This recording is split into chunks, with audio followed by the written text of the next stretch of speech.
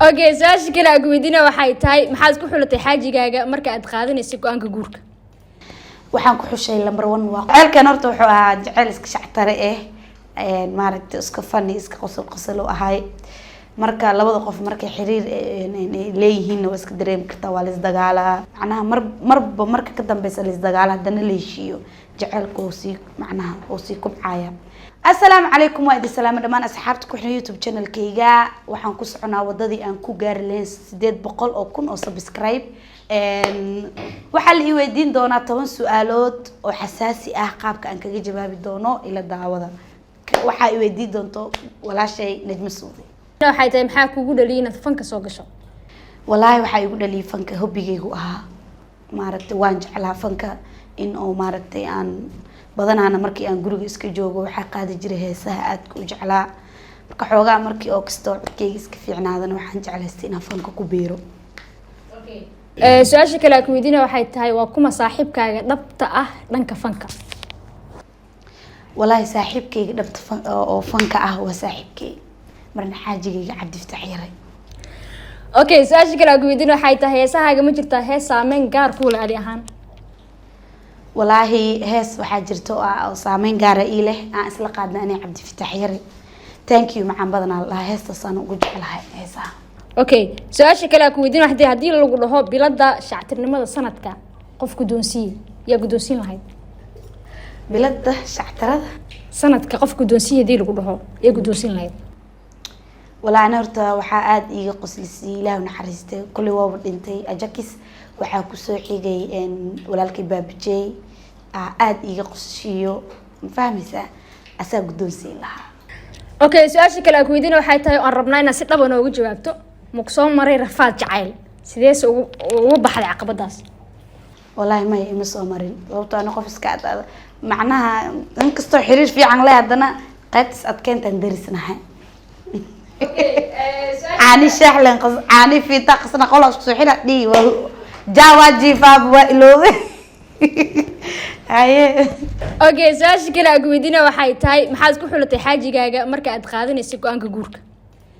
waxaan ku xushay number 1 waa qof naxariis badan waa qof aad u wanaagsan waa qof maaragtay oo dhan walba oo macnaha ka wanaagsan kulli bini aadamka ma dhameystirna laakiin qof dhameystiran oo nolosheeda ku aamini karo daraadeeda ku aan u xushay.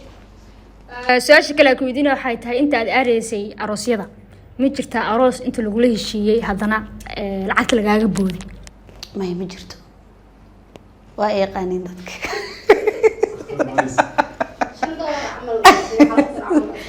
ma igu dhicin jabkaas xoogaa waa ka roonay. Okay, su'aasha kale ku weydiina waxay tahay caqabad kala kulantay fanka inta aad ku jirto? maya wax qabada kala ma kulmin fanka. Su'aasha kale ku weydiina waxay tahay maxaa ku xasuusataa sida uu ka bilaabmay jacaylka adiga iyo xaajigaaga? wallahi moota bijaaj iska bilaawday jacaylkan horta wuxuu ahaa jacayl iska shactare maaragtay iska funny iska qosol ahay marka labada qof markay xiriir leeyihiin waa iska dareemi kartaa waa la isdagaalaa waa la kala maseeraa waxa waa la heshiinaa xiriirkan waxa ugu wanaagsan kan inta la isdagaalo oo hadana la heshiiyo macnaha marba marka ka dambaysa la isdagaalo hadana la heshiiyo jaceylku oo si kubcaya marka jaceylkeena waxa waay waxyaabaha ku xasuusto amba aan isku dooranaa waxay tahay jaceyl iska funny ah iyo qof oo aan aad iska helno. Okay, su'aasha kale ku weydiina waxay tahay inta aad qof heshanaysay ma jirtaa saaxiib dhabarka ka toogtay aad ka shalaysay ina mar baratay? ma jiro. Okay, su'aasha kale aan ku weydiina waxay tahay adduun oo dhan waxaad ka haysataa dhaxalka reerkaaga si la mid ahna waxaa jirta badbaado nololeed oo ninkaaga u baahan yahay haddii u baahnaado dhaxalkaaga inaa u wada saxiixdo ma u saxiixin lahayd Cabdifataax? oo noloshiisa ay ku xiran tahay Soomaan ha hanti wax leeyahay waad shaqaysan kartaa gabar yar oo ah 20 jir. Okay, su'aasha kale aan weydiina waxay tahay magacaada aad haysato haddii kumanaan lacag lagu soo barbardhigo ma ku bedelan lahayd si lacagta ugu noolaato? wallahi markii serious lagala hadlo magacayga wax iga qiimo badan ma laha. Okay, su'aasha kale aan weydiina waxay tahay maxay tahay qisada gudugan heesta gobanimo?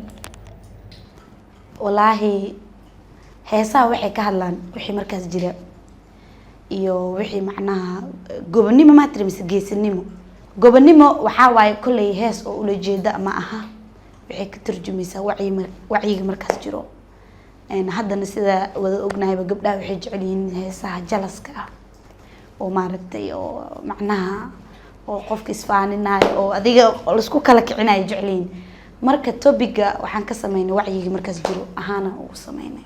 amaasan tahay waxaa noo sheegtaa 3 qofood oo noloshaada muhiim u ah markii laga tago waalidkaaga iyo ninkaaga iyo ubadkaaga.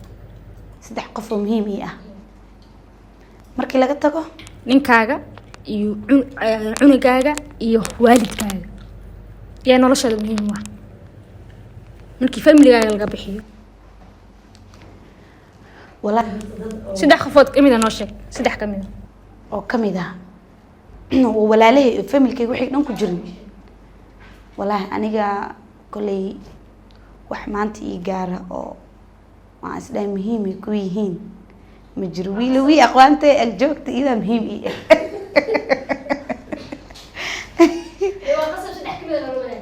soo maaha asxaabteyda kula wadaaga wiil najiib aadan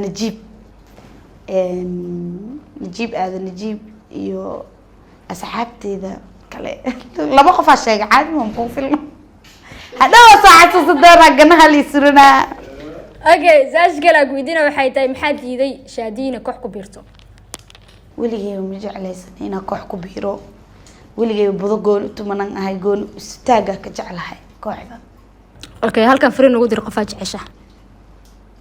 wallaahi qofka aad jecel halkan waxaan fariin ugu dirayaa aan leeyahay guuleyso nolosha ku xumayso. inta nolosha ka dhiman waxaad ku waartaa farxad gaar ah aakhirana jannada.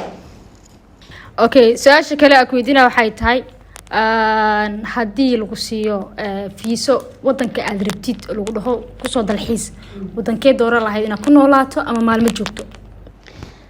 wallaahi ani waxaa jeclahay wadanka oo aan jeclahay waxaa 2 wadan aan jeclahay.